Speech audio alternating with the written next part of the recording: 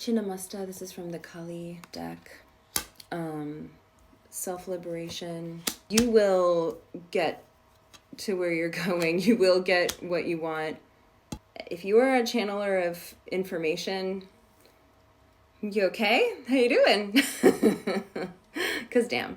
So taking a look here, things are changing. Things are in flux. Got the shapeshifter, the vision, the hunter, agape, and the shaman. The theme is self-liberation, and the theme is like collective liberation. The merging of dimensions. You may have noticed the same thing that me and my like cohort have noticed, which is that like the dimension from which information comes has gone from being like next door to this dimension to being like in it. We got an upgrade and a factory reset, and all the filters and protections that we had set up are kind of like not there, and communication's like wide open, and there's like, how did you get in here?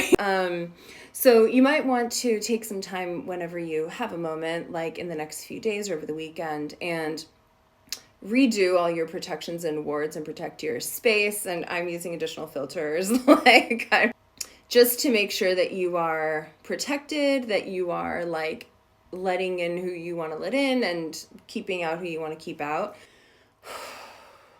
Here's the thing.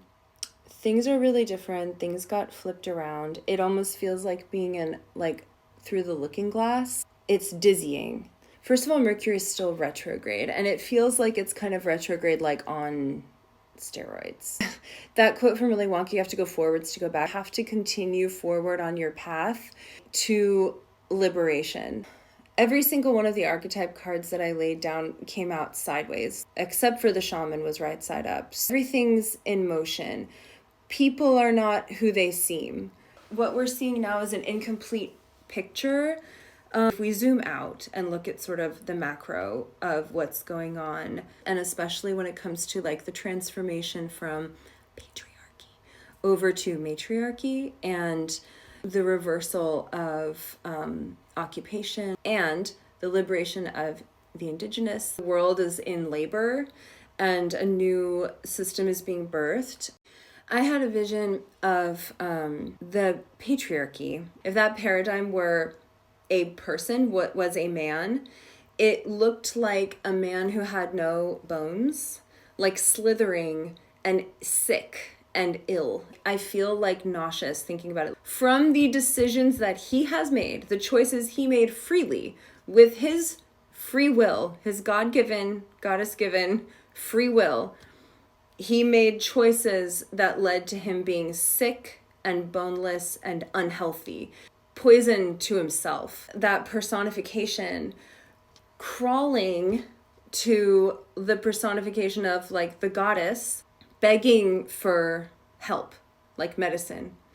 And that medicine is her own essence, life force, light, golden nectar, right? What he is asking of her is go back to the way things were before, where you nourished me with your own life force. You know, when we look at the decentering men movement, what that really is women and women identifying people, let's just call it like the goddess, simply giving her life force to herself, which is the way it should be. Your spirit creates your body. Your life force is meant for you. But what the old paradigm has been is that the toxic, like the inverted, the twisted aspect of the divine masculine wants to siphon that and wants access to that. Women like gave that away freely. That is draining and that depletes our energy. And so this whole movement of like decentering men is about keeping your divine goddess energy that made your body, that vibrates at a really high frequency, which is why we need our girl time, not just for like social reasons, but also just to like recalibrate. If you live alone with a man, like you can start to feel really like weighed down. you give him your energy, and then he becomes beautiful and like amazing and full of light and like so, wonderful. And really, you're looking at your energy. You're looking at yourself just like being mirrored back to you.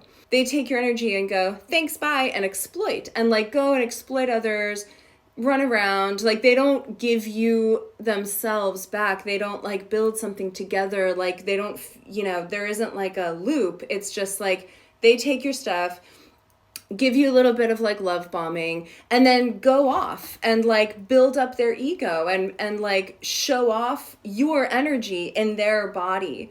Good things come to them. They're able to manifest all kinds of stuff, and they appear, it's like a glamour. They appear to be amazing. And it's because of you. It's because of your energy. So with reclaiming our power and with decentering men, what we're really doing is reclaiming our energy and keeping it for ourselves. We've realized, oh, I was supposed to have this the whole time because I'm going to use this to make my life, like to give to myself, really to give to myself. And that is your right, to give your own energy to yourself. You're not supposed to be giving it away, not even freely. You're supposed to be giving it to yourself. And then ideally, your counterpart would have their own energy, which they give to themselves. And then if you come together, you create sort of like a third person or a third universe or whatever, where your two energies combined like form this really beautiful, like egalitarian, just like a give and take, like an exchange of energy where you can co-create a life together that's really lovely. So I had this vision, of this boneless, like just skin and like goo image of a man like slithering over and being like, please give me, like heal me, look at what I've become. And I thought about it. I thought about like, I could help out with that. But then I was shown that man like restored and going like, thanks, bye, and running back off to do anything and everything he wants to do, and me being depleted. I was told, you can't fix it. This is bigger than you. This is really showing, this is like the paradigm of decentering men, of like the matriarchy rising up, of reclaiming our energy and our power for ourselves, and you can't fix it for them, because the way that they've been exploiting your energy, they have to figure it out for themselves. And not everyone will, and not everyone even wants to, and there will be people left by the wayside. And that includes like those who don't want to decenter men and they really want to feel needed and kind of get off on feeling needed and feeling necessary to someone else's survival, and they'll happily just like, yeah, siphon it all away. I'm not going to use my energy for myself. And they will be left by the wayside of this next turning of the wheel, of this evolution of our social like paradigm, of our collective transformation that we're going through right now. So no matter what happens, no matter what they promise you, you can't fix it for them. You have to let them figure it out on their own or crumble into dust. The way like whether it's just empty promises or, I don't know, something real, like an actual change, is like when, don't listen to that anymore, but like if he were to actually call or like show up, like in the 3D physical world, when it actually changes, like when people talk about like twin flames and they're like, oh, he's just running. He really wants to call you, but he's scared right now. He's afraid of the connection you two have, blah, blah, blah. And then you've got like people who are being bamboozled by con artists going like, oh my God, I'll wait forever. It's fine. So you need to hold on to your energy. You have to let them figure it out or not. It's their choice. And we're going to ride this wave together. We've turned a corner with this eclipse and the evolution is underway big time. So let's enjoy it.